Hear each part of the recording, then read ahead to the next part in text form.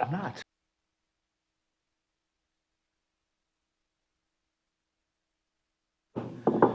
Okay, we are back. And we are beginning here at item F, 191326. City Manager, please introduce the item. Thank you, sir. Annually, all of the local governments and the school board have a convocation of governments that the school board hosts. Last year, it was at the Suncoast Technical College. They recently sent out their letter looking for topics for the upcoming meeting, which will be in January. Their last one, like I say, was January 18th, 2019. The next one will be January of this upcoming year. And they put in their letter as the reminder, which is in your backup, of what the meeting is for, and it's for school facility planning. And it's to, just so you all know, it says to set direction, discuss issues, and reach understandings concerning issues of mutual concern regarding coordination of land use and school facility planning, including population, student growth, in-county migration, development trends, school needs, off-site improvements, school concurrency, and joint use opportunities. So with that, I don't know if there's any topics that you all wanted to add to the agenda that meet that definition or not, but that's why I put it on here, because they're asking for a letter to be, or for them to have agenda items by November 15th, which would be in 3 days. All right. Mr. Lee? Yeah, Bateman? I have a few things that I'd like to bring up to the board to see if we can get a discussion on them and maybe add them to the list. One that really bothered me yesterday was they hold school on Veterans Day in Sarasota County. I would love to discuss this with them. I had a discussion with several people yesterday in regards to it, and it was told to me that they think the children get more of an education about Veterans Day if they go to school that day. That's up to an individual to discern whether that is educational or not. But one thing it's not is community.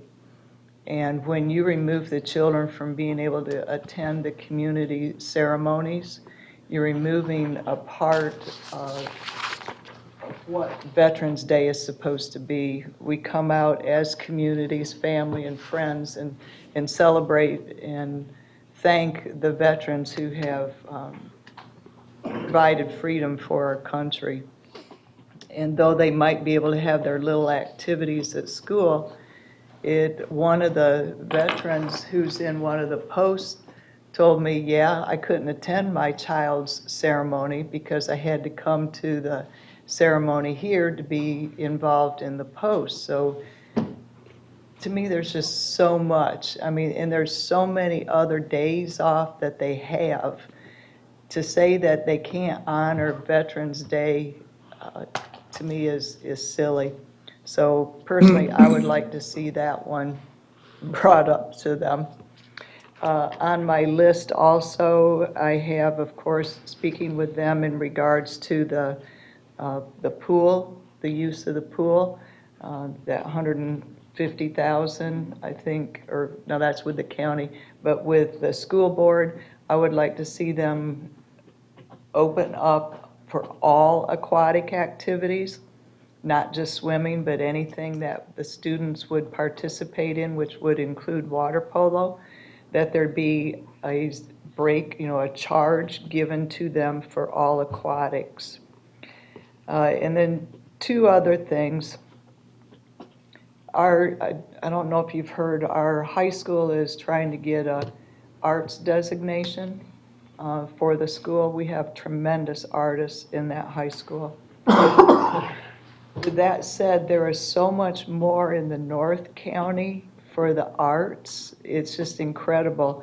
I attended an event that at the Sailors Circus thing. I had no idea that was part of the high school, as part of the school system. And these kids are being trained for like Cirque du Soleil and stuff like that, and as part of their curriculum. And I would like to see if there's some things like that that could be, doesn't have to be circus, but some activities like that that could be involved for the children in South County. Those are my thoughts. Commissioner Kearson. First thing, I would like an update on their transition into the all-school police force. Kind of some sort of summarization on where they're at and countywide.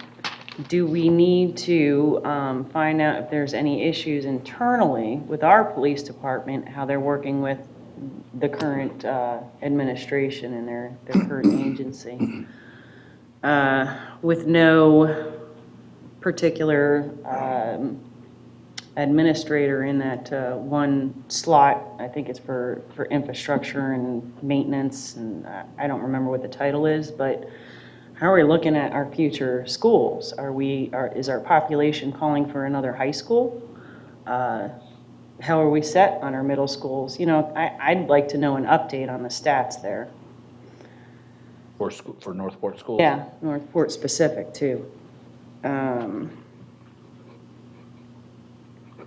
But I would really like to know if staff has any specifics that need to be discussed at this joint meeting, because, you know, it's really staff that works hand in hand with them. For instance, I mean, do we have some sort of a rudimentary agreement on the table for their swim team? If so, is there something we have to discuss with the school board themselves?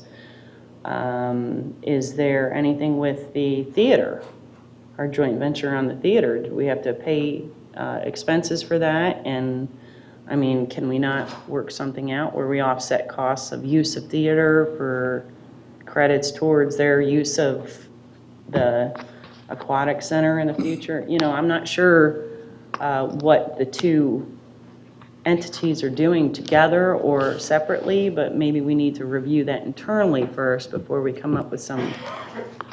Right now, I can tell you that we're still working on the agreement with the school board, with the school and school board for the use of the aquatic facility. I got a draft of it on last week that I sent back with some changes that didn't seem to make a whole lot of sense to me, but I think that we'll get those turned around. I'm gonna meet with Parks and Rec this week before we go to the Florida League of Cities. Okay. Get some joint direction on that. I like the idea of the all aquatics, opening that up to the all aquatics, whatever it may be. I also totally support the arts. As far as the Veterans Day, I'm not sure. I mean, I know Manatee County had it off, but I don't know what they called it, if they called it Veterans Day or. Charlotte County. Yeah, so they would probably have to take something else away in order for that to happen, because I know they're required to have X amount of days in a year, so I'm not sure how that works, but they definitely could do it. Other than that, I really, you know, it's so hard because they're in such turmoil right now. I hate to, you know, I mean, what are you going to get accomplished, really? Because until something changes up there, we're kind of just. We're saying again, they may be looking for some positive things. Good point. So anyways, I would like to know more from staff if there's anything specific that has to be discussed. I was more talking about the empty seats of, you know, major players in administration than the personal turmoil.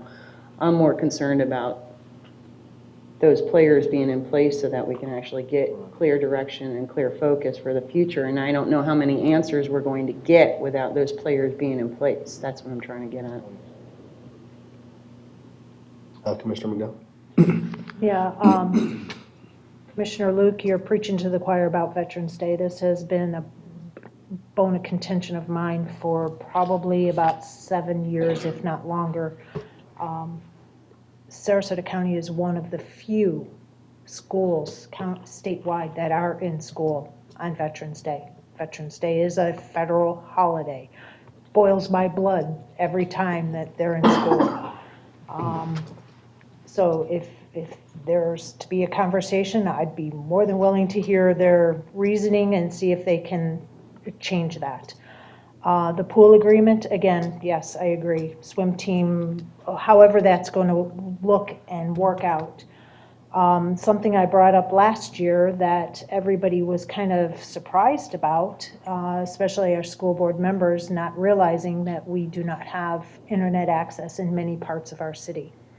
I had met with school board member to see if we could join forces and lobby state to see about getting some changes made.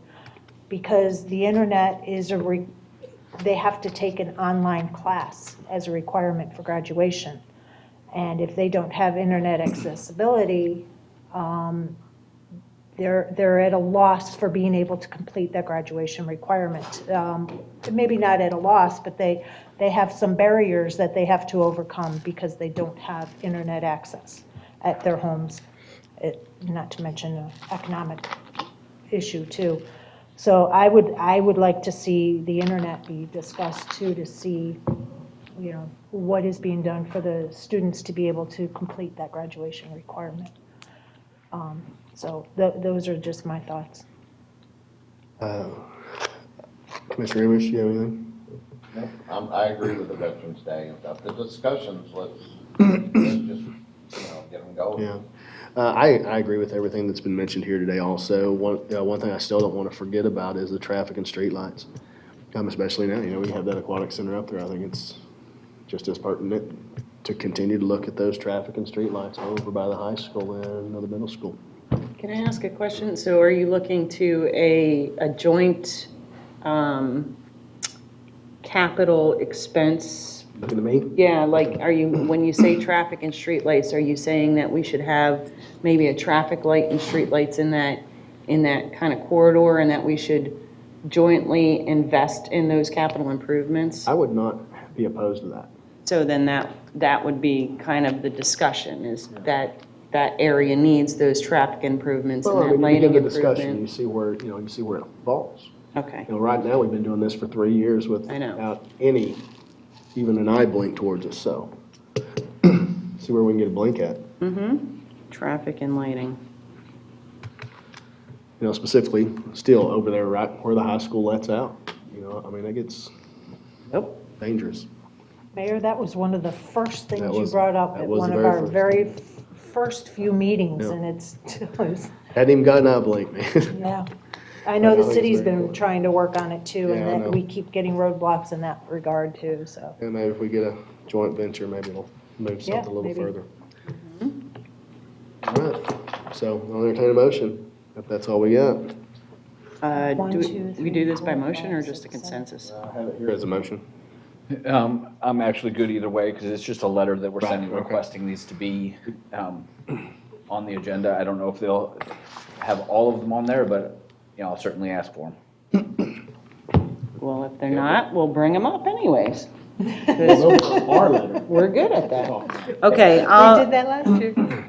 I'll move to send a letter to, let's see, how do you want this stated? Move to send a letter to the superintendent of schools for the following agenda items to be included. To discuss no school on Veterans Day, all aquatic activities in partnership with the city and the school, arts designation and the arts opportunities within the Northport High School, internet access and graduation requirements and how that is being handled. Traffic and lighting in the high school corridor, high school and middle school corridor, both the need and a possible capital partnership. An update on the police force and an update on Northport statistics and the expansion of any schools for the future. And then I would also leave it open to anything other that staff feels is imperative that we discuss in this joint meeting. Second. Have a motion on the floor by Commissioner Carrison, seconded by Commissioner-elect. Commissioner Carrison, Nope. Commissioner Clear. Luke. All right, let's entertain the vote. I All those- want to address the Veteran Day thing. This year, they have the whole week off for Thanksgiving. They have Labor Day off. There's umpteen birthday that they have off, and to not let the community and the children come together in the community to honor veterans, I think is disrespectful. Absolutely. Thank you. Thank you. Okay, let's take a vote. All those in favor say aye. Aye. All those opposed, and that motion passes unanimously. All right. Looking at item G, 191311, city manager. Thank you, Mayor. You all received some information regarding the Charter Review Advisory Board and some of their actions and recommendations. This letter is, or those actions are on here for you all to discuss. There is the potential for an ordinance that's been discussed for a while about making the deputy city clerk a non-charter position. If you so direct that, we should, I believe, be able to have that on the next meeting in November. But that being said, we're looking for direction on what you want to do with the recommendations they've made so far and have a discussion on it. All right. Thank you, sir. Commissioner Loop, you have 8 minutes. So there was some uncertainty about this. I believe Commissioner McDowell and then myself requested at 2 different times for, I think, 2 different reasons that this be placed on the agenda. So for clarification, is the Charter Review Board wanting a joint meeting to discuss their recommendations? I didn't see where they requested a joint meeting. Yeah, I thought I had heard that they wanted one. They had spoke to having a joint meeting, but I believe with the ordinance, and Amber can correct me if I'm wrong, we didn't have enough time to have that and also meet all the deadlines for the referendum. Is that correct? So at the last Charter Review Advisory Board meeting, they did refer to wanting a joint meeting. I think they maybe put that conversation on their next agenda. But you directed in February that we make this change to the charter. So I drafted the ordinance and took it before the Charter Review Advisory Board for input. And, but if we're going to have more than one topic on the referendum, I think the question is, do you want a series of ordinances if they're going to be more than one topic on the referendum, or do you want to hold this ordinance related to the deputy city clerk position to see if there are going to be other topics included? If so, then we have them all in one ordinance. But there's no issue with respect to timing on the deadlines for the ordinance. The only reason to bring it before you sooner rather than later is that you gave the direction back in February. Okay, so the ordinance for the deputy clerk, should we act on that today and then address the others later? That ordinance is not on your agenda today. So you can't act on the ordinance today. Well, I meant like having it, put the action to it. We already did that. We already did that back in February. So I think what you mean is should you direct us to bring it forward for first reading? Or wait and add any other provisions into one ordinance? Typically, the charter amendment ordinances, you have one ordinance that encompasses everything. But, I mean, that's not a rule. We can have more than one ordinance if that's what you want. That's what I was looking for, was to see how it was usually done. And does the code state that we have to have a joint meeting with the charter review before putting ordinance together? I don't believe so, but I can look at it and let you know.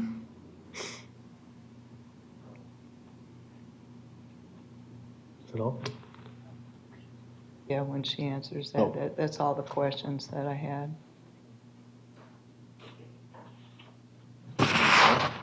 So the section 4-101 of the city code states that the Charter Review Advisory Board, including their powers, is to make a recommendation to the city commission of proposed amendments to the city charter that would be subject to referendum. It states that the Charter Review Advisory Board shall also review at least annually the charter and any suggested changes from the commission. But I don't see that it requires a joint meeting. Okay, I appreciate you clarifying that, and I'm in agreement with the memorandum that the city clerk has brought forward from them. I'm in agreement with their proposals. Thank you. Commissioner McDowell?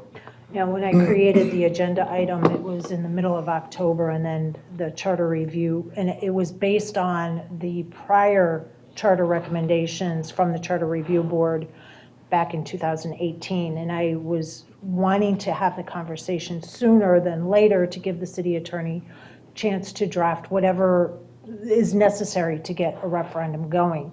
And then we received the new recommendations in probably late October. So I think we need to have a conversation. I had broke out 3 of them, one of which the city attorney's already working on. But based on this new list of recommendations, we would have to add in the mayor/chair title. And also, the Charter Review Board wants to know what happens if no one qualifies for a seat or wants to run for a seat. So these are things that we would need to have a discussion on besides the non-essential spending over X amount of dollars. The Charter Review Board wanted first, last year, 7 million, and now this year in their new sheet, it's 5 million. And then they also wanted to have a conversation about seats. Last year, they wanted 7-seat commission, and this year they want 4 districted and 1 at large. I'm of the opinion with the districting of seats, we probably should wait until after the census to see how districting is going to look instead of discussing it now and then changing it again after the census. So I'm kind of leaning towards holding off on the conversation on the seats of the commission.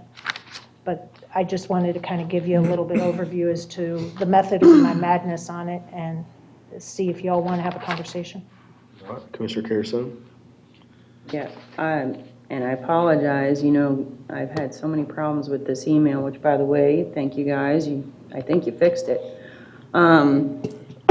But I don't have this memorandum from October, so I'm not real sure what the other things are. I'm only looking at the 3. Oh, it's on the backup? It's in the- Okay, thank you, Yes. because I only had Third item 3. in backup.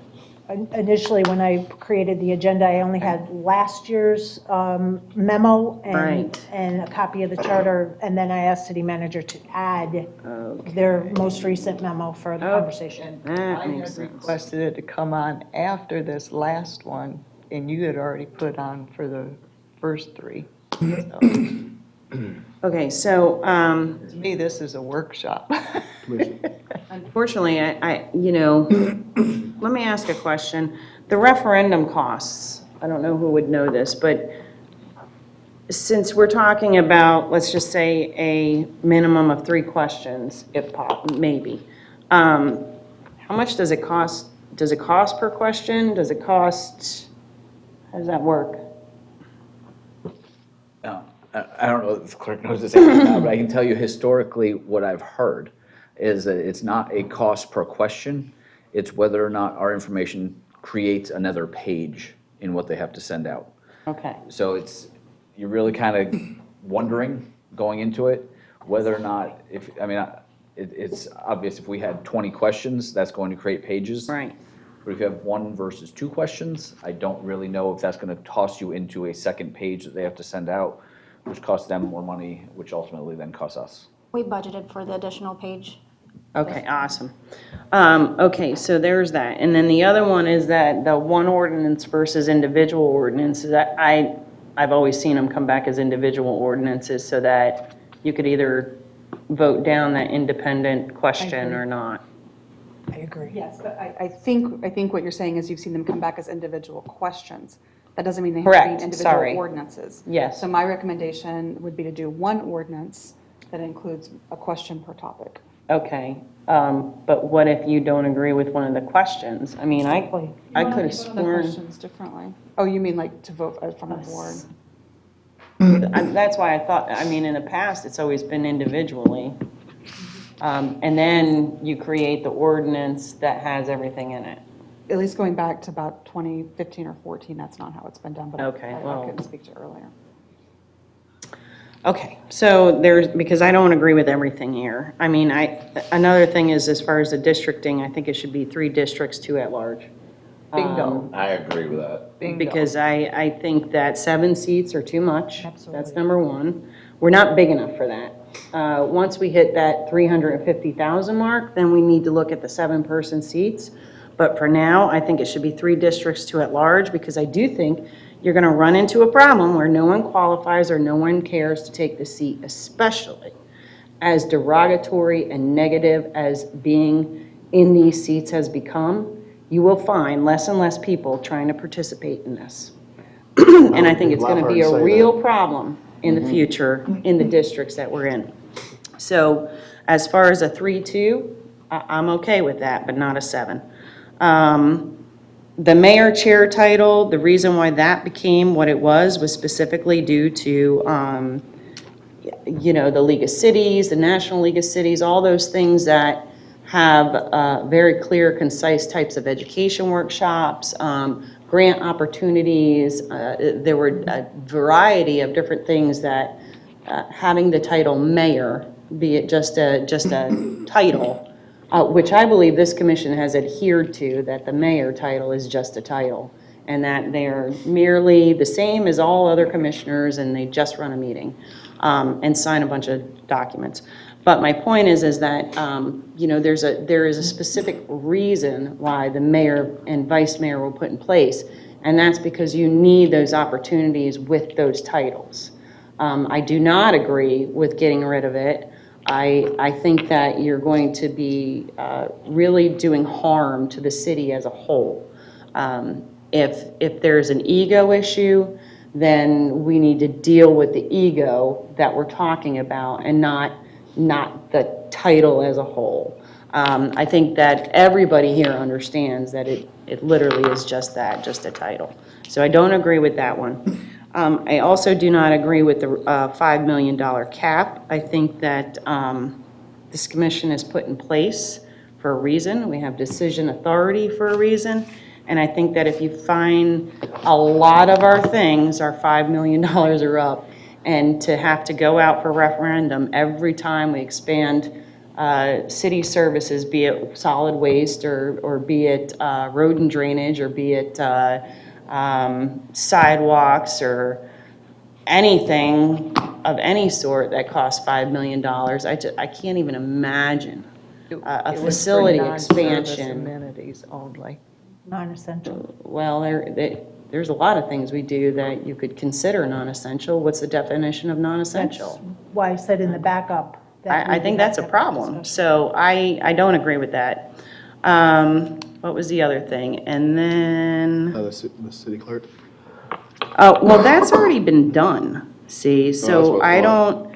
don't see why we even have to discuss that, because the deputy clerk being put on the ballot was already agreed to. It's already been asked to bring forward. So it's just a matter of, do we want to add these other things to the ordinance so it's one clear and concise kind of questions and pay for it once? Because I think it was 70-something thousand the last time we went out for a referendum. So we're talking about a significant amount of money. No, When we had to do the special election, yes. that's what it was, a special election. It wasn't for referendum. referendum. Referendum Correct. could be on the August or November election. We don't have to do a special election for this. Correct, but you still have to pay that extra page, and you have to pay a certain amount for, but don't you have to pay for sending out those early ballots too on top of it? Yeah, I think there's more to it just than the 15,000 that goes to the supervisor of elections for the extra page.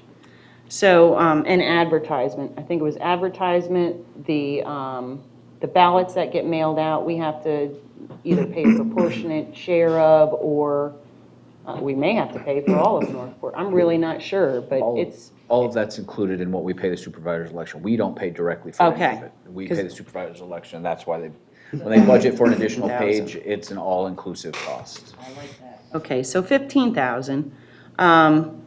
So there's that. And then The no one qualifying for a seat or that does not, doesn't file for that seat, I think that's important. I think we should definitely consider some sort of vocabulary that'll address that issue. So, Isn't there a state statute that does that? well, if it's empty, I think they appoint, I think there is something in our charter about vacancies. Well, if you do the 3-2 with the 2 at large. I think you got won't that have a addressed. problem if you do the 3-2, honestly, Exactly. but you're right. It takes care of that one, too. So, and I think I hit them all, right? I think that was it. Are you good? Yep. Commissioner Rivers? Yeah, I'm in agreement with a lot of what Commissioner Carson said about the 5 million could really hamper and slow down a bunch of projects, going forward. So I'm not in agreement with that. I'm not in agreement with the mayor chair switching, but I am in agreement with the 3-2 rather than the 4-1. They're talking about districting. I think that's a little bit better. So basically, that's where I stand on those. So I was kind of hoping we were going to have a discussion to where we may eliminate some of these things going forward. Is that going to happen today, or? Well, I think, personally, I think we need to talk about them in depth. And I would rather see a workshop so that we can discuss this and this only and be able to debate these things back and forth in a Let's get a, workshop topic. let's get a consensus We on gotta that. talk about timing though. Right. We've got a, So we can get a consensus on that, and then that'll move us beyond this. If the consensus is to do a workshop, then we don't need to continue any more time. quick question about Okay. that. City manager, when could we have this for a workshop? Because this is something that time is of the essence. And will it fit within a time frame if we do that? My first question, not to answer your question with a question, but sometimes it's kind of fun, is what kind of research would you want us to do for any of these items? If you're just looking to have a conversation, Have it now is what you're saying. Have it- well, I can create a workshop pretty quickly. We have one scheduled for December 2nd that has one item on it, or we could do the first one in January too, because That wouldn't put us out of any time frames. What's the one item in December though? item was flooding, I believe. Flooding. It's, Ms. Belia might be able to give you more, but it's acquisition of land for flooding. Oh, yeah, that probably wouldn't be that big a deal. Acquisition of land for flooding? That shouldn't be that big of a deal, yeah. I wouldn't think so. Okay. I just didn't want to put on with something that's gonna take the whole day itself to discuss, that's all. That's gonna take all day, and that's the only item right now on the schedule for December 2nd. Okay, so. Killing me, Smalls, killing me. So let's get a consensus for that, but before we do, I'm gonna take this public comment. Mr. Dobrin, you have 3 minutes on the charter here. Please state your name. Good afternoon, Victor Dobrin. With respect to the charter, it's the constitution of the city, so we have to pay the proper attention. And I'm in favor of doing a workshop where Mr. Lear suggested, what do you want me to do for that? How do you want me to prepare it? Well, it's not just having an opinion, the 3 versus 4.1, 4 to 1 or 3.2. What does it make sense from your duties to deliver in the city, as well as comparing with all the other governments, or maybe if there is a brighter idea, evaluate that brighter idea. And I will speak about my opinions. That 3-2 or 4-1, it doesn't make sense to me, as most of the governments I know are either one or the other, either at large or district. And I have my opinions, but I don't want to influence you. Regarding the limiting certain projects to a certain sum, I think it's a good idea, actually. If it's prepared and done properly, it shouldn't hinder any things to achieve. But again, has to be more definition, but that's why you are going to do more conversation. With respect to the mayor or somebody, if someone doesn't like it, you can call it chair or anything, chairman or chairwoman, whatever. I don't think that that's essential to go. I think it's fine to have what you have right now and rotate, and that's what you have already. with respect to, redistrict and so forth, I think it would be a good and wise decision to have actually, the census behind you before you do that. And I agree with the attorney that one probably ordinance will do fine. By the way, even for filling the seat, if nobody qualifies, there is a provision in state law that the government will nominate, so there is state law coverage. As for if you need a workshop, you don't, per your ordinances. Actually, what you have to do, once you decide on what you want to put on the referendum, the obligation per city's ordinances is to go back to the advisory board and vet that. Without that step, we went through that last year. And I remember the emails from the attorney reminded you that that's a step because I raised it last year. So I don't forget once I learn it. So keep in mind that's another thing. I will try to use the last 30 seconds to thank to Mrs. Caruson and McDowell for bringing up some important issues today regarding the expenditures. And I see one missing thing in the city's discipline and approving certain funds for certain needs in the community. Not having the criteria specified or what kind of information to have in front of you where you, a largesse, give certain funds, I think that's a missing link. And without that, you'll be creating precedents which other people will come and ask, and you'll get into a more. Thank you, Mr. problem Gover. thing. Thank you. Okay, so let me get a consensus to move this item to a workshop for December 2nd. Yes. Before you- Should we not invite as many charter review advisory board members to join us I in think that that would be good. workshop? I mean, since we're So doing it that we can anyways. understand where they're coming from Sure. on these I think that's questions. a great idea. If they're able to go. Yeah, I understand that. Can, before we move, city attorney, if they do not have a quorum, can I'm we certain. still hold a joint meeting? a If they workshop. do not have a quorum for this workshop? Workshop. If you schedule as a workshop and you invite them, that's fine. If Yeah. it's a joint meeting. Yeah, I don't then know they that we do need a need joint quorum, yeah. meeting. And just as a point of information, their next meeting is scheduled for 6 PM on December 3rd. Right, but they could call, I mean, we could have the clerk call them and ask them, listen, would it be okay, I mean, Would the you like to have- workshop's set. We could actually do it at times certain later in the afternoon, so maybe they could. Same thing we did when we talked about the charter the first time. We had a meeting and invited them. It wasn't joint meeting, they were invited.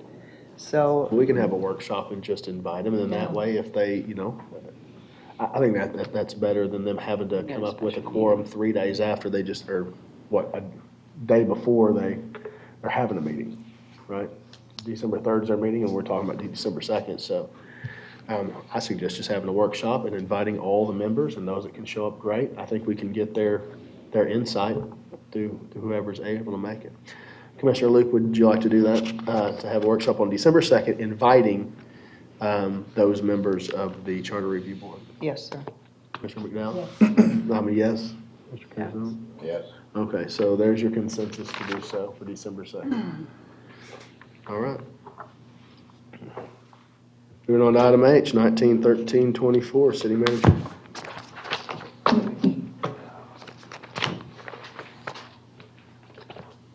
All right, thank you, Mayor. This one was put on, actually at the request of Commissioner Luke. It was to have a conversation about creating a centralized place for standard operating procedures and policies, so that they could all be one place, one person could find without having to search and, even worse, rely on something like my memory or anybody else's memory or what happened 5 years ago when none of us may or may not have been here. So this was, I believe that's kind of a summary of what Commissioner Luke was talking about. I know the city clerk sent out some information that she found as well. I believe it was using Unicode, but I'll let her talk to that. But with that, I'm just going to turn it over. Did you want to say something to that before we get started? All right, Commissioner Luke. I love the silent direction, basically, that our city attorney has been giving us. is brilliant, of the ordinances and the resolutions and which is which. And we, since I've been on this board, we have been working towards setting SOPs and procedures and policies, and having them put forth in a resolution bonifies them without codifying them and making you go through all of that. But as we were developing these and having them come about, we needed a central location so that we or staff or the public can be able to find what these processes and procedures are easily. And so as I was thinking through different things, so was the city clerk. And she ran across some things with Municode. Municode does have a cost, and she pushed out to you what the cost is. But she has another, and I'm going to call upon her to explain, because in my simple thinking, I was thinking of the website or something easy that you could go to and it would have it. And currently on our website, under the city clerk's department, they're listed, but they're listed by a number, and you don't know what you're going on. It is so laborious, so hard and difficult. So if the city clerk could explain the other option besides Municode, and maybe explain Municode a little bit more too. Municode, I think, was just a good option because it starts you from the resolution and it's all online. It's cloud-based. So you do the resolution, it has the, the signature online, you do everything there, and then it puts it into a centralized location, and they have, they do it by books. So you can have one for the police department, one for, the city. It can be separated like that.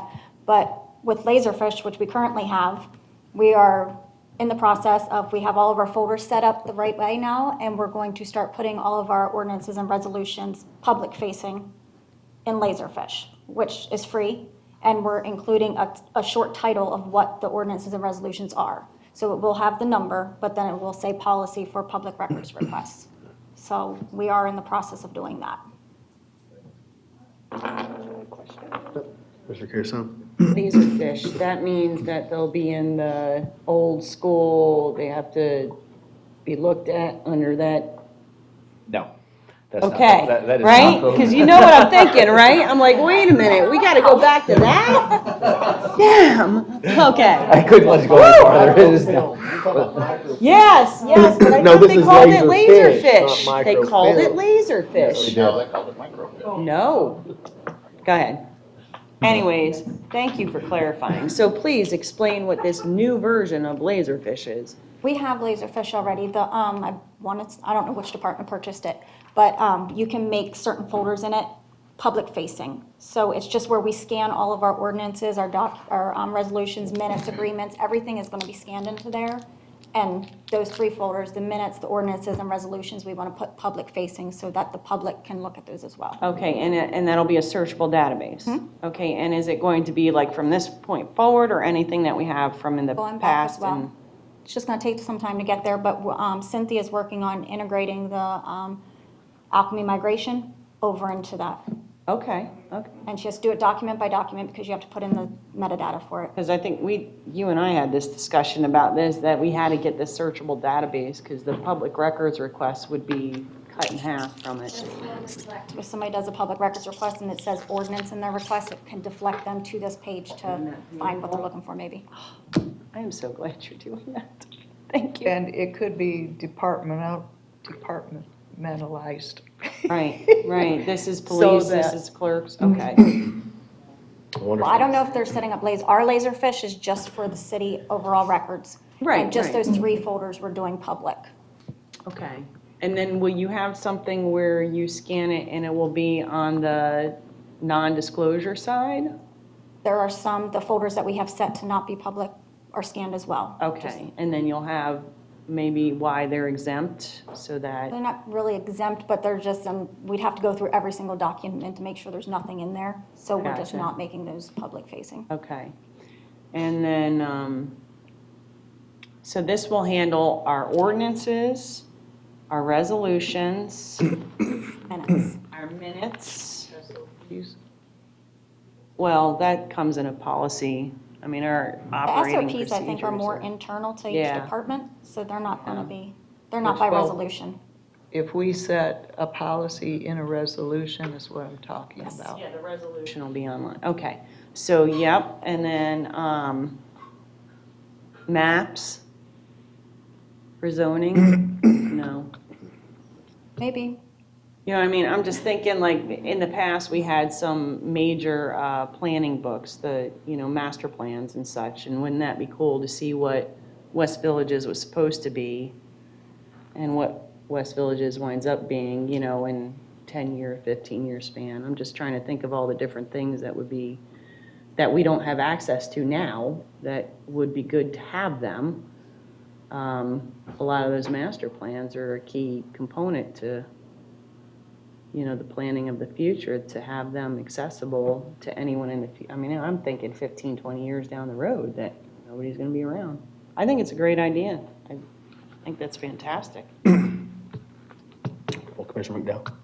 Yeah, are we talking about doing this on Laserfish, or are we talking about doing it on Municode? Because I heard two different ways, and they sound like they're distinctly different.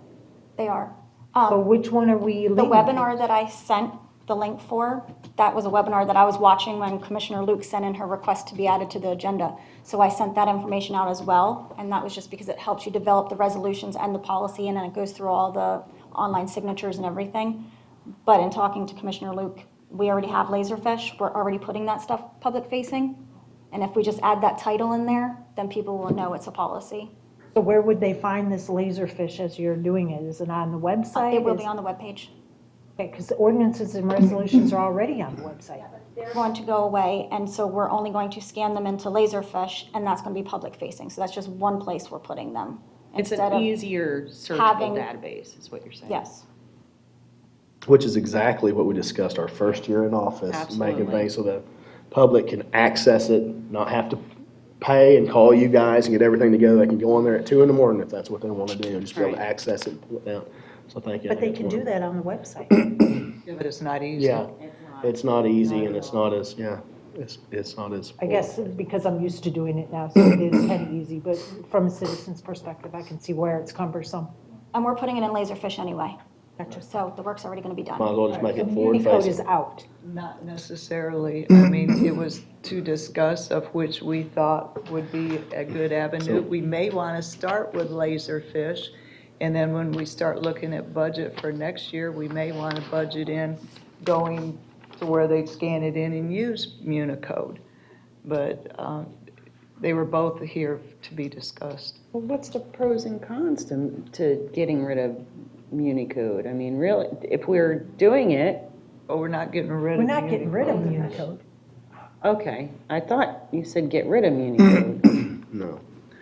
No, right now we have Municode for our codes. Correct. What we're talking about is putting in this new section, which would hold the resolutions. You're gonna have to For pay, policy. policies, you'd have to pay for that. Because Oh, in it's Municode. Okay, I see what you're it's an saying. additional charge to Municode. So if we utilize Laserfish Yeah, this you don't have to year, do that. I You see. don't What have it'll to. do is if you want to give a key to the city to somebody, you can just go look, and it's right there. If it's under policy, yeah. If it's under the policy, you just go look, and then you don't have to worry about all this other hassle I Right. see what you're saying now. Okay. that I'm not going to talk to. You're killing me. Okay, that makes sense. All right. So, I mean, I couldn't understand why we'd add a section of Municode if we're paying every time we have to submit it. So that makes total sense. And then this will be completely searchable as well, because right now you can search Municode, but it's not really sorted out as well. I So think for me. I got you. Yeah, I think for me, there's nothing really to discuss. I think it's phenomenal to put everything in one little Right? section there. So, I mean, it's just gonna make for easy flow. It'll make for easy flow for the board and for the people, so. I've been asking for this for years. So, I'll We entertain a want, do motion. you if want to nobody get a else has one. consensus just to say to continue using Laserfish Or for, building it building. within Yeah, Laserfish. well, 'cause I'll that's entertain a what they're- motion for that. Let's just do a motion for that, so that way it's on the record. I move that staff go ahead and build within Laserfish the ability to store the standard operating procedures and policies through resolutions, and resolutions. And all other searchable documents that are necessary. Go ahead. Oh, Just to be clear with the Necessary. Laserfish, what is going to be public facing is only a policy that you adopt by resolution. Departments' Right. SOPs will not be on there. Correct. Okay. Correct. I have a motion on the floor by I'll Commissioner second. Luke, seconded by Commissioner, Vice Mayor McDowell. If I have nobody to speak to that, Can I ask a question? real- Yes. I just wanted clarifications, really. We're just talking about it, I mean, that doesn't discontinue the fact that you're putting everything in Laserfish in a searchable database, correct? We're still putting everything in there, not Okay. SOPs. Right, no, But- I get that, but if All the approved policy documents, yes. was to there's a be, whole separate okay, file. I just wanted to make sure, so this is, okay, way be. Right, so that way you're not okay. digging through everything to find policy. All right, let's take the vote. All those in favor say aye. Aye. All those opposed? And the motion carries. All right. Moving on to item I, 1913-01, city manager. It is that time of year again where you will adopt your schedules for next calendar year. These are typically adopted in November. You'll see that there's, in looking at the backup of the calendar that's on there, we've already accounted for some of the strange things that we try to remember when they're going to be, which is Florida League of Cities Legislative Action Days, which this year are February 11th to the 13th, as well as the National League of Cities Conference is March 8th to 11th. One other change that we made in this year was for the July meetings. We moved the evening meeting to the first meeting of the month and the daytime meeting to the second meeting of the month. Reason being is typically that last meeting in July, as you remember this year, we ended up having to start it at 1 o'clock anyway because we had so much stuff on there because you all are off in August. That meeting is, in the 11 plus years I've been here, always brutal. So why start it at 6 PM when you know it's gonna last at least 6 hours anyway? So we tried to make those changes. Other than that, it's in your backup. All right. Commissioner McDowell? So I have no issue with the changes that were made, except I see one, the second Tuesday of the month, which is the meeting we're doing right now. We started today at 10 o'clock. Why did it get changed to 1 o'clock? Used to be. I think we just used an old format. It was one, it used to be one, I think just during this calendar year, we switched them to 10. Because I think we need to keep it at 10 o'clock, because if we were to start this meeting now, we would be ending after 5 o'clock. Yep. So If if you're- we, I agree. I like the 10 o'clock personally.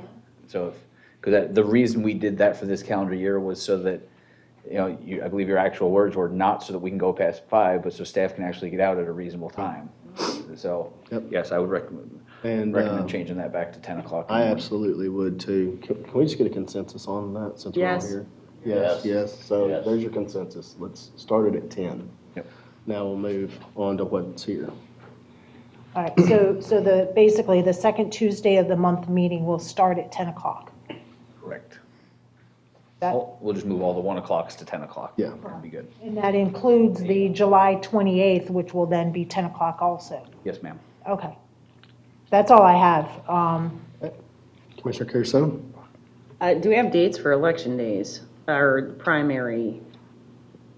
The primary is usually in August, Okay, good. I thought they moved it No? not that I'm by aware 2 of. weeks or something. No, they moved the, okay, all right, I wasn't sure, because, not, and then November 10th, that should be fine. November 24th, though, is awfully close to Thanksgiving. I think it's 26th is Thanksgiving Yes, ma'am. this year, so I don't know if I'd do that. No Same different thing we than have this year. I won't be here, but I'm just saying. Well, then I It guess it doesn't seems, affect you. well, no, none of this affects me, but I'm just saying that I don't know if I'd have it so close to Thanksgiving, but Can I ask a question about July? Did you swing the 2 meeting times around? Is that what you did? That's what he was Yes. saying.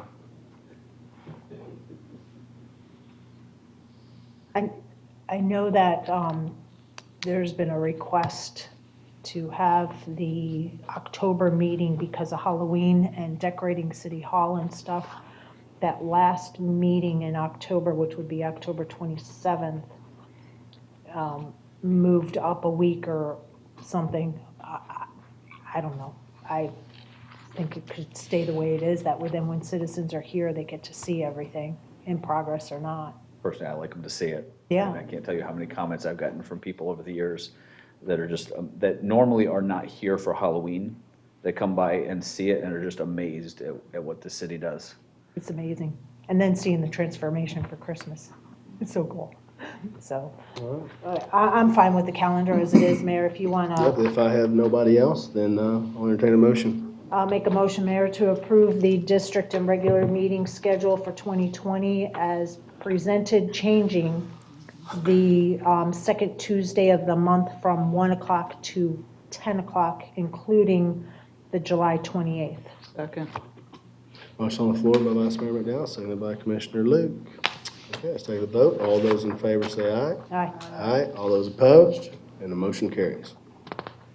Do we need to make a motion to approve the special meeting schedule for 2020 for the Thursday meeting?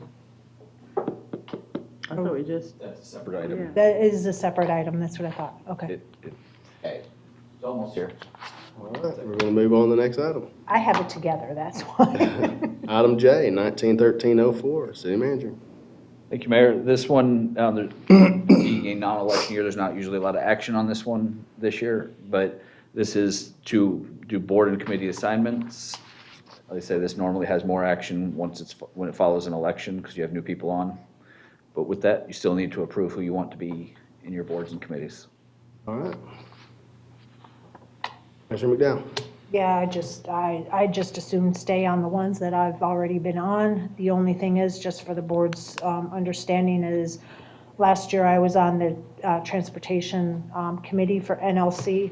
I am not doing that again this year because of the travel requirements. I have to go to certain meetings across the country, and my travel budget just doesn't cover it, so Which one are you talking about? The voting delegate here?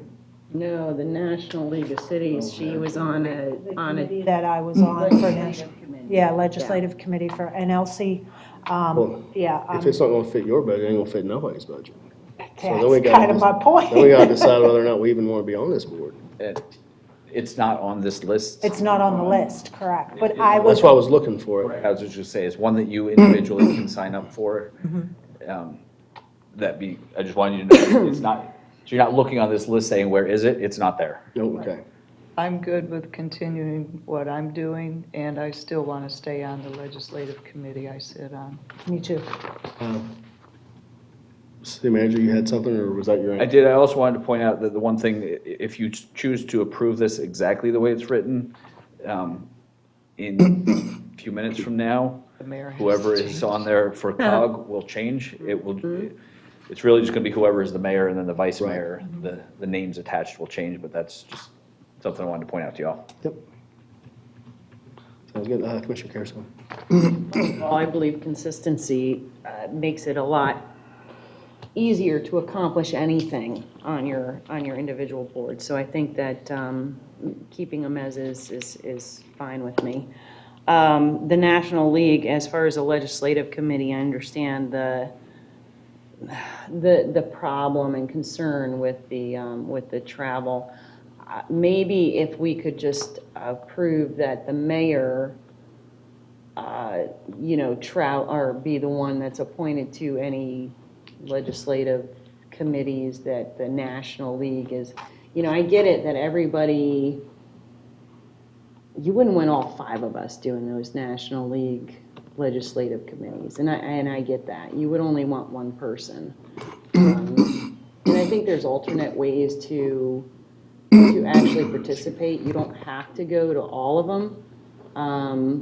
You can actually attend via like conference call or at least get, the information, you can, I think, is there 3 of them or 4 of them in a year? Do you know, Commissioner McDowell? There's 2 conferences that you are required to attend if you're on a legislative committee, and there's many different legislative committees in Right, right. NLC. You I'm have only to, talking about one. huh? I'm only talking about in your one committee that you serve on, how many meetings? You have to go to 2 conferences. And then they also have another one that is like June or July, that's not really a conference, but it's a required mini conference that you have to go to. Probably a legislative conference Yeah, like we're going that to. you, so there's So it's 3 3 of them. required that you go to, and they're across the United States. When I heard you say that maybe the mayor can go to all of them, no, because there's too many committees to be able to go to all Oh, of them. no, I'm sorry, I didn't mean it that way. No, I meant that if we're going to have someone representing us on a committee, then maybe just one person, be it the mayor or the vice mayor, should be that person on the committee versus all 5 of us being on 5 different committees like we do with the state. Yeah, I don't That's what I'm want trying to to get. be on the national, but even if we don't have anybody on a committee, you still can have the voting delegate represent the city, correct? You go in and you vote as the city For national? for national? No, it's more of the voting delegate for National League of Cities is very similar to the voting delegate for the Florida League of Cities. You go, you say, ah, yes, and then you're done, you go home. Right. There's really no point in it, because So, well, we already attend 2 of those NLC conferences. We well, attend. not all of us. Correct, but assuming that, let's just assume that the mayor, being the mayor, would attend all of the 2 conferences that we already attend, being whatever that summit is, and then the other one being the DC days. So that's 2 of them. You're saying that there's a 3rd semi-conference. So we're only talking about that 3rd one being the additional cost to whoever is the representative for the National League. Well, there's a cost for the travel regardless. And I hear what you're saying, but I think if, like this next conference, I think Commissioner Luke is the only one that's going to No, the, I get that. she could just bring back the information that she gathers and share it with all of us. Absolutely. I don't think we need to say the mayor or the vice mayor, because our travel budgets it's not going to cover them. I understand that, but what I'm trying to get at is it's one additional conference, correct? I mean, Correct. assuming you go to the 2. If you go to that, if you're on a committee, yes. They're all required to attend. They're all And required they to are attend. required is my next question, thank you. So they say that if you miss a conference, you're kicked off the committee. Basically. And then there's also telephone call-ins that you have to do throughout the year. Honestly, I stopped doing it because I only went to the one NLC conference. Like, actually, this year I did 2, I didn't go to the 3rd one, because I don't have the travel Okay. costs in my budget. It's, I personally, I think it needs to be left up to the individual. to- exactly. Yeah, I gotcha. I mean, if you ask me of all the things we attend, and I'm not saying there's no benefit that comes out of the National League. No, There is, Yes. there is some benefit. But I personally I don't see the benefit of being forced to go to every conference for Exactly. what they offer Leave that either. so expensive. as a, for what we really gain from that. I just don't see that, and those costs they're astronomical, and you'll burn through your travel budget, before you can attend anything else. You almost have to set that aside for everything, Absolutely. because that'll burn through everything you have, so. And the only reason why I brought it up is because last year I was the transportation representative for NLC, and I was just letting all of you know that I'm not doing it this year. If one of y'all want to do it, have fun. So that takes away the voting delegate, is what you're saying? Was that what was And I said? never even was the voting delegate anyways for it. I think the only voting delegate we have is for FLC. I don't think we've ever, Okay. yeah, there is, Well, actually, you can have one, and there is a vote that goes on when I'm in San Antonio. It's on yeah. the schedule. But you You're in have a- to attend those meetings to be a Correct. part of that voting You have delegate. to be on the legislative committee, I would assume. That's what I would That's think. how it works with the state. Yeah, And if you're on that, you have to attend all these meetings. You're in a room full of 1,000 people and you're going, yay. It's kind of, All right, so, do you need a motion to keep the committees as is, or is that yeah, just? I'll make a motion there to have the committees stay with the current representatives, except for the COG, which will be the new mayor and new vice mayor. Motion on the floor by Commissioner McDowell, second by Commissioner Carrasone. Let's take a vote. All those in favor say aye. Aye. Opposed? And the motion carries. All right, moving on to item K, 19-1302, City Manager. Thank you, Mayor. This is what the Vice Mayor was just talking about a minute ago. This is the special meeting schedule that is set for the first Thursday of every month, starting at 1 p.m., with the time certain for proclamations and recognitions being 4 p.m. All right, Make a motion. all right, I'll entertain it. I'll make a motion to approve the special meeting schedule for year 2020 as presented. Second. Have a motion on the floor by Vice Mayor McDowell, second by Commissioner Lee. All those in favor say aye. Aye. Aye. All those opposed? And that motion carries. Moving on to item L, discussion possible action regarding planning and zoning advisory board member comments. City Manager. Thank you, Mayor. This was discussed last week and the agenda amended based on the direction of the commission at that meeting to add this to today regarding some comments that were picked up by the microphone. I don't believe anybody in the room actually heard them during the meeting, but you all received an email that you were kind enough to forward to me as well, so I could hear it as well, because like I said, I didn't hear it either. But the comments were made during the meeting, and you all wanted to discuss it today. Yeah, they were made exactly as stated. I actually cropped it out and sent it to you just so we made sure did we you? have it. Okay, Yeah. good. And it was exactly as it was stated in the email. So with that, Commissioner McDowell. Yeah, the only reason why I put it on the agenda is because PZAB is our advisory board. We Professional board. and the professional board, absolutely. They are there for our land development. They do our ULDC changes, they hear planning and all things. It's a requirement by the state that we have this board. We, as a commission, place those representatives in their position. They are only accountable to us. If I am correct, city attorney, is that right? They are only accountable to us. Yes, ma'am, like your other advisory boards, they serve at the pleasure of the commission. So I just, because I was the chair of that meeting, it bothers me when we place somebody and they have that negative connotation to our citizens. So much so that they use such derogatory language towards our citizens. And I just feel that something needs to be done. And I know that the mics are hot and they may not have known that it was going to get picked up, but I just wanted to see if you guys wanted to have a conversation to see if anything should be said or done, if we need to maybe send a letter to all advisory boards, if we need to, what we need to do. I just wanted to have a conversation because it was totally unacceptable.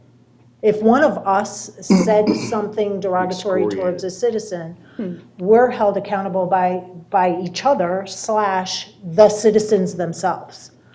The citizens have no way of holding the PZAB board members or any other advisory board members accountable, except through us. And then it becomes our job to hold them to a standard. So I just wanted to see what everybody else's thoughts were, if it needs to be handled. If not, then we just move on. Thank you. I too brought this to the city manager to be brought up as an agenda item. I felt it was quite egregious. I am a firm believer in culture. Culture to me matters more than anything else. You can teach people how to do a job. You can teach people elements of a job. But, you know, you can't really teach people character, and you can't teach them these things that they learn, you know, up until the age of 5. And then they start getting their own character and their own nature and things. You know, as an adult, it's a little bit harder to govern somebody's character. That being said, you know, I'm also a believer of the adage, when you're in business, especially if it's a professional field, hire slowly and fire quickly, especially when it comes to culture. Because if you get somebody that has a bad culture within your group, it is just a cancer that fills throughout your group. And at some point, it will spread. You know, it's a little different. To me, personally, it's a little different if, you know, if members upon a board, they have a little issue with one another and they discuss about one another. But when you have citizens come up here, stakeholders, customers, bosses, whatever you want to call them, as people that come up here, one, this is an intimidating spot to come up and give a public comment. You know, my wife said, she said, I have to read it because I'm so nervous. And sometimes that is a very nerve-wracking place to go for folks, especially when they know that some of the livelihood of what they have is in the hands of the people that sit on this board and with us. That being said, being a board like PZAB, which is a very professional board, it is a state-regulated board, there needs to be a higher standard there, as, you know, as people would expect of us here. And when you have members of society come up and face that, and then to watch this meeting back and have to hear, I really don't even care what you think about the person that comes up there and gives that. But to have to listen back to that, which I'm sure people do, and then to have to hear those comments being said about you, to me is just far beyond the pale. So I'm gonna let the board discuss this more, and then I'll let you know how I feel about it. Because I mean, if it was up to me, I would get rid of the member. Commissioner Carusone. So, City Attorney, what are our limits? What are our options? What are we allowed to do? You're allowed to remove the member if you opt to. Okay. So then, does anyone know what these members receive as far as training or information when they first get on these boards? I'm sure the clerk can speak to that. Generally, with respect to Planning and Zoning Advisory Board, in addition to whatever they receive generally, the City Attorney's Office trains at least once a year. Over the last few years, we've done it a little more frequently than that for this particular board, with respect to one training with respect to quasi-judicial procedures and one training with respect to public records, open meetings, ethics, and meeting procedures, a little bit of parliamentary procedure. The clerk? Same. Okay. I guess with that said, it's really hard to explain to members that there's an open mic, that regardless of your emotions and your beliefs, you need to keep your mouth shut, which I'm not saying I'm not guilty for. I guess maybe an open letter for all members, and then that being their final notice. You know, that you are a representative of the city, that you are representing us essentially, and that in itself you should be, you know, held to a higher standard than usual, and that, you know, mics are open, and that this incident has occurred in the past, and that, you know, there will be no second chances, and that if this was to ever happen from this point forward, because I believe in notifying. I mean, even those of us who don't, you know, I speed, okay? But there's a sign up that says the speed limit should be X, okay? I was warned. I deserve that speeding ticket. But to not be warned, I do. I ain't gonna lie. But Wasn't me. a few. But in the same token, if you don't know, you know, if you have no clue and you've had no warning, not to say that people shouldn't have common sense, but come on, folks, it's very rare. I think that there should be some sort of, listen, this is what we expect of you as far as just being, a human being and having a professionalism and, everything's and then awareness of everything could be picked up on a mic. If you're on camera, your looks and your eyeball rolls are all going to be filmed, so get ready to see them. Nothing you do on the internet or on the emails are safe. Everybody can see them no matter what. And maybe just a general 101 on behave yourself. That's my idea, my suggestion. I have a hard time feeling that somebody over 50 hasn't seen the speed limit signs about how to treat people. Commissioner Luke? I'm running along the same lines as Commissioner Carazone. I don't believe we have, we talk about quasi judicial and sunshine and stuff like that, but about the process and what you do on a board. You want to talk about body language and comments on the mic, this board has to look at themselves too. There's statements been made, not just amongst each other, but to people who've stood over there, eyeballs rolling, uncomfortableness, this type of action. So we're speaking to ourselves here too, not just about the boards that sit at our pleasure, but we're talking about all ethical type of behavior. So I'm along the same lines as she is. I think this needs to be documented for all of us. I don't mind everybody signing it, stating that they understand that it is to be professionalism, and second strike and you're out. I know elected officials, it doesn't go that way. You have to wait until you're not reelected. But to the advisory board, it is at our pleasure, so we can remove them. But until they have that understanding that those mics are live, your body language matters, those cameras pick up everything.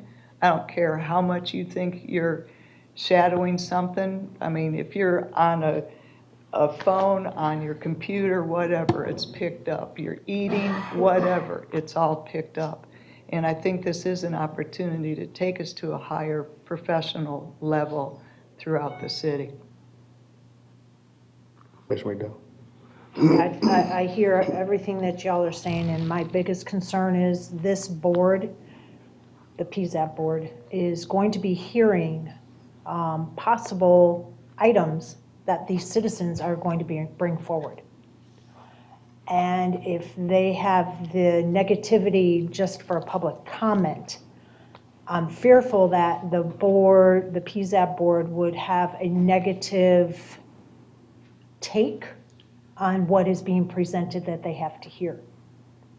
And that concerns me deeply, that they would not be giving the public commenter at that time as a presenter in the future for something that needs to be approved by PZAP and by commission, to give them a fair shake.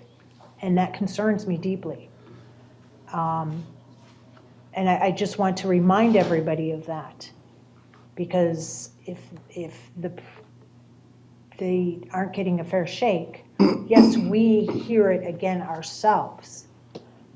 But we also go by the recommendations of the PZAP board. We take their recommendations as the PZAP board into consideration. And I would hate to have a bias from the beginning for us to even hear. So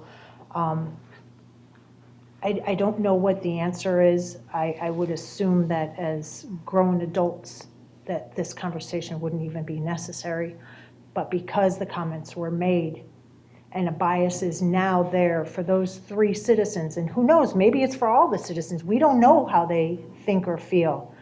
But those 3 citizens already have a negative bias by some of those members of that PZAP board. And that concerns me. That's all I got, Mayor.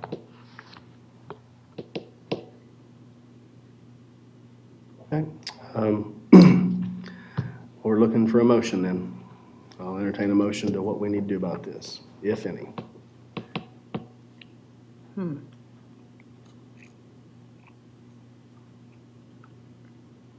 It was just one member, correct? Yeah, it was one member that made the comment. But I would like, personally myself, I would like to see it a policy for all boards and commission that be held to a professional level of standards. And I tend to agree, but what do we do? Because the PZAB board is not the same as the other boards. The other I board, understand that, Commissioner, but you're talking about one person. You can't say that the entire board is tainted in their vision of whoever it is that represents oh, out of those three people. And the It was same one thing can be person. said about us up here too. Exactly. If a derogatory remark has been made, you know, who says that it's not going to be tainted up here? I mean, Correct. it's, when you have those judicial type of settings, you run that risk. That's humanity. So now, I'm sorry, Commissioner McDowell, you're saying it was more than one? well, it was one person that said it, but three people, it was said to three people on the board.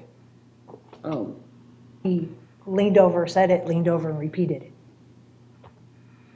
So three people. But one person said I it. just saw him speaking to the chair. Right. Was all I saw. The chair didn't hear and said what, so we repeated it. Yeah. okay. Yeah. That's kind of how I had understood it to happen. That's the way I understood it. And I don't, what does the chair do? Yeah. He no, hears it, it's like, He did not. you know?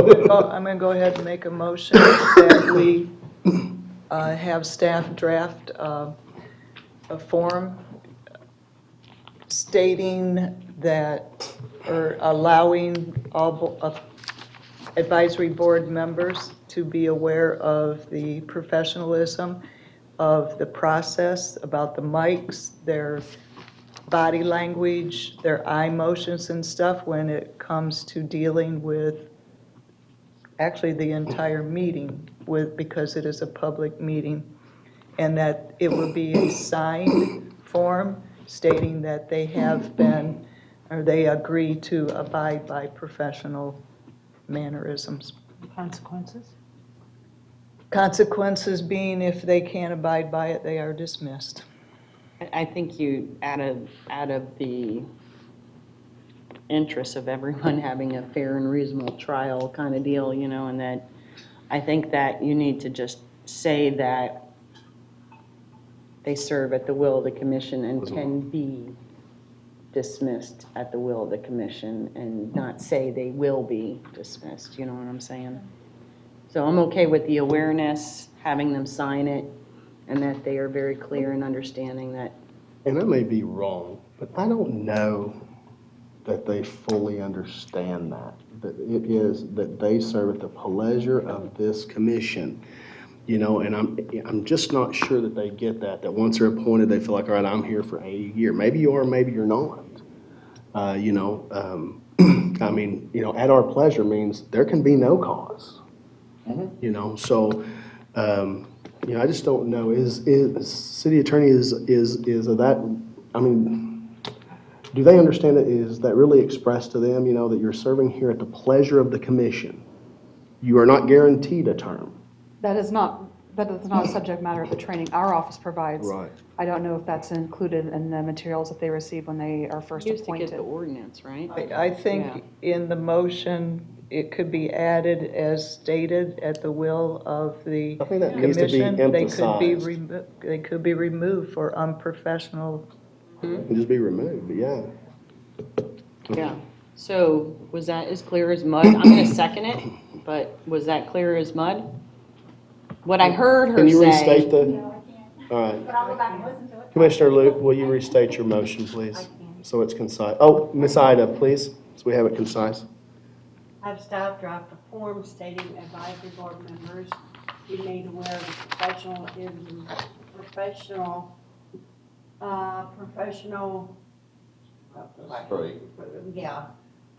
expected with a clear understanding that they serve at the pleasure of the commission and can be removed for unprofessionalism. It can be removed. Yeah. Yes. And, I mean, that gives a general idea of what it is we're looking for, so, yeah. Staff's gonna draft it, so. So I have a motion on the floor by Commissioner Luke, seconded by Commissioner Carrasone. I think everybody understand, do you want to say something to it? I would just like to see it come back to this commission for our review before it goes out to all of the board members. Oh, yeah, We need to make sure it's worded the way we want it to be. All right, I would think, yeah. Commissioner Carrasone, good? Yeah. Anybody else want to say anything to this? Yeah, I agree with the action that's being taken. I don't know if there's any way to alleviate my concerns with the board hearing things that any one of those three citizens are going to be bringing forth to PZAB. If there's anything that can be done, maybe a letter of apology or something, I don't know. I feel like we're back in kindergarten Yeah, I with this think we whole can require subject. anything we want.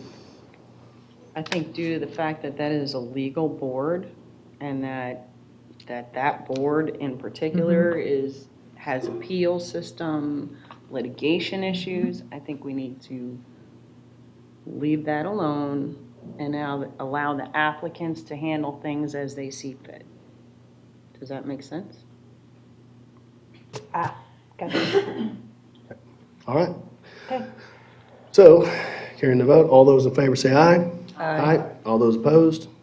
Motion carries. All right, I'm gonna pack up my stuff because we're moving on to item M, 191291. Already ready to pack up, right? Packing up my stuff. Packing up my stuff.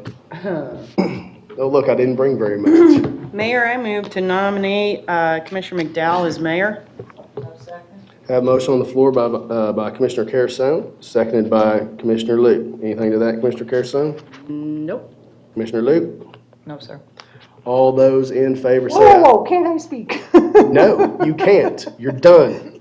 You're done now.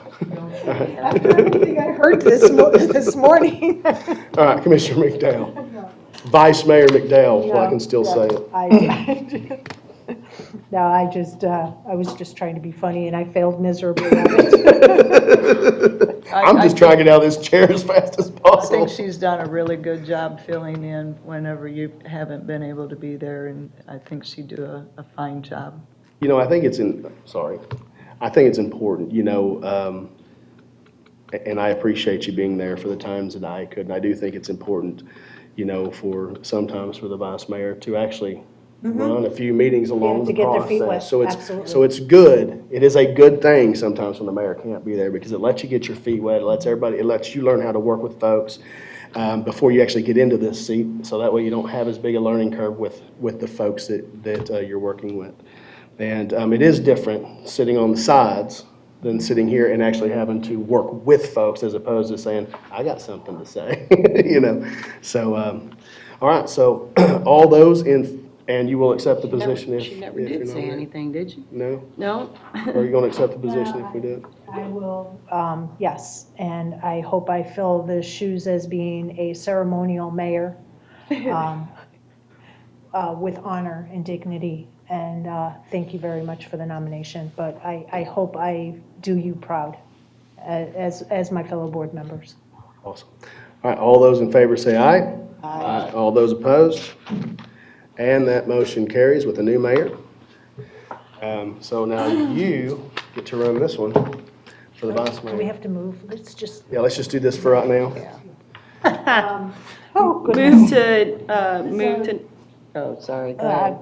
Do I have any nominations for vice mayor? Move to nominate Commissioner Emmerich as vice mayor. Do I have a second? Oh, sorry. I just got used to doing this. I have a motion on the floor to nominate Commissioner Emmerich as vice mayor. Do I hear a second? I'll second. Ooh, you'll second? Okay. I got a motion on the floor by Commissioner Carrasone for Commissioner Emmerich to be the vice mayor, seconded by Commissioner Hanks. I know, that's not. Yeah, I don't know what I am It'll right take a now. while to get used to. Commissioner Hanks, yeah. All right.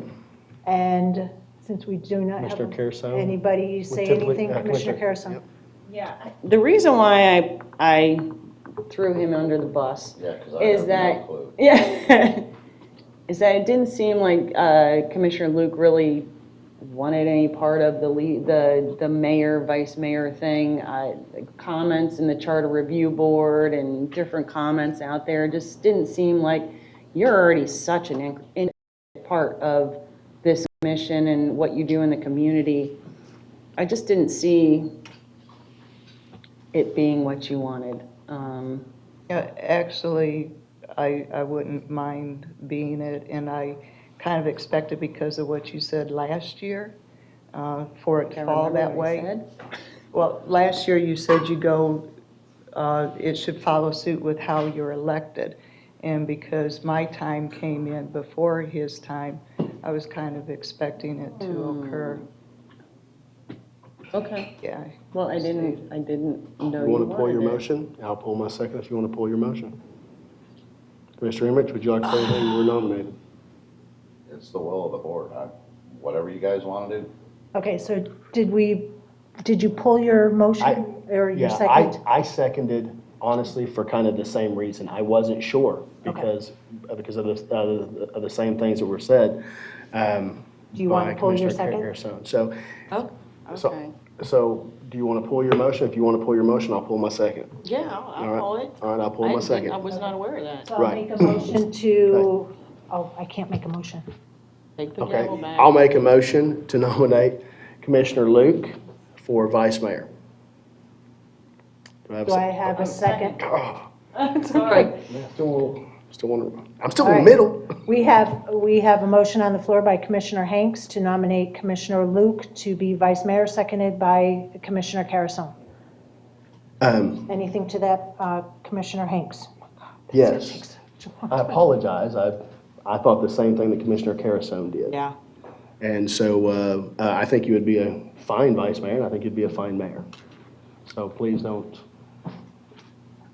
Just makes me curious as to why you guys would think that, but we can discuss that later.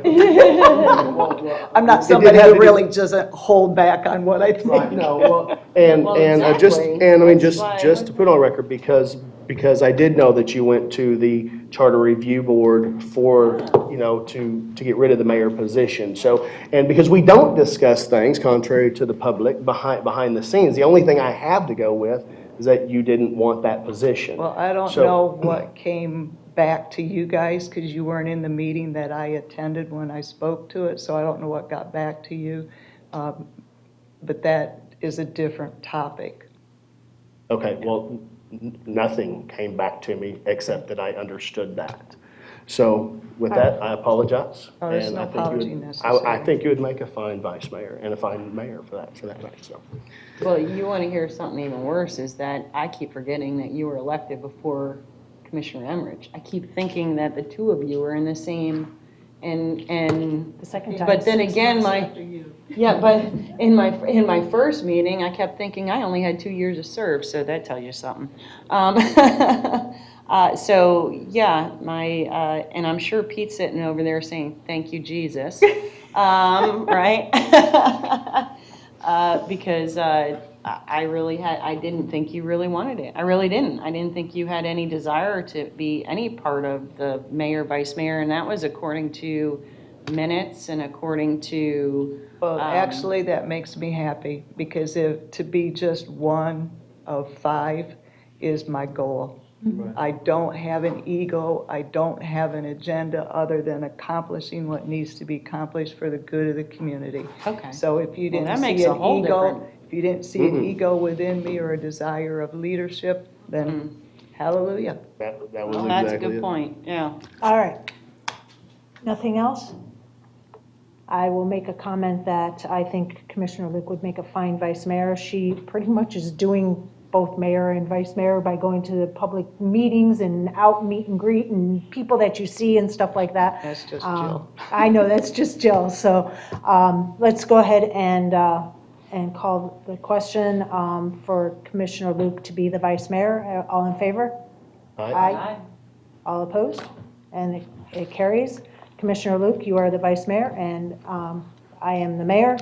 And with that said, we have commission communications. Oh, crap, I'm ready to swap seats. Now, we're just going to sit here. Mayor, I don't like the way you're running this show already. All right, Commissioner, Commissioner Emmerich, do you have any communications? The only thing I want to say is, yesterday, we had an awesome ceremony out at Veterans Park. I know it was very, very crowded. There was some conversations that I had with a few of the different post members out there about possibly moving the ceremony to another area, and they were all in favor of that. It was just timing going now from, maybe we can put something together for Memorial Day. But they look forward to it. They're glad that people are participating. They loved, the reception that the people had out there. So it was a wonderful day, and the VFW put on lunch for everybody, and I've seen the other commissioners out there that were in town, and it's a good day. Yeah, y'all were skipping, but that's all I had. Thank you. Thank you. Commissioner Carrasone, do you have anything? I've been on vacation, so no, I have nothing. Commissioner Hanks? What I have is just a thank you to everybody. This last week's been a tough week. And I just want to thank everybody here for working so hard. From the vice mayor replacing me to all these commissioners. I had a lot of commitments going on, a lot of speaking engagements, all kinds of things. Yes, you did. And so, the fact that you guys just stepped up last minute and helped me, that's exactly what a vice mayor and our fellow commissioners are for, to help one another out. And I thank you for that, even down to staff and the city manager and the city attorney and everybody. I know I passed a lot of stuff off to the city manager too. I said, man, I just can't get to this right now. And he took care of a lot of things, and he had staff do a lot of things for me. So thank you guys so very much. You guys truly are the tip of the spear.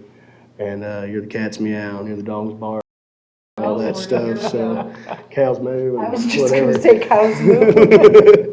So thank you, and that's what I have. And Vice Mayor Luke? That's going to take getting used to too. Right? It's still just Jill. Just Joe Luke. I know we were working on doing something with these doors because they're so noisy when they open and close. Do we have an update on where we're at with that? Remember that. Beli's gonna come down. I'm not sure that she does, but she might just want some steps because she's been sitting there for a while.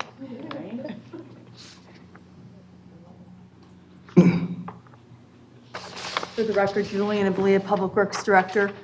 We are working with the security company on that issue. We have some things that they're going through the various city buildings, and they are updating the software in the computer system.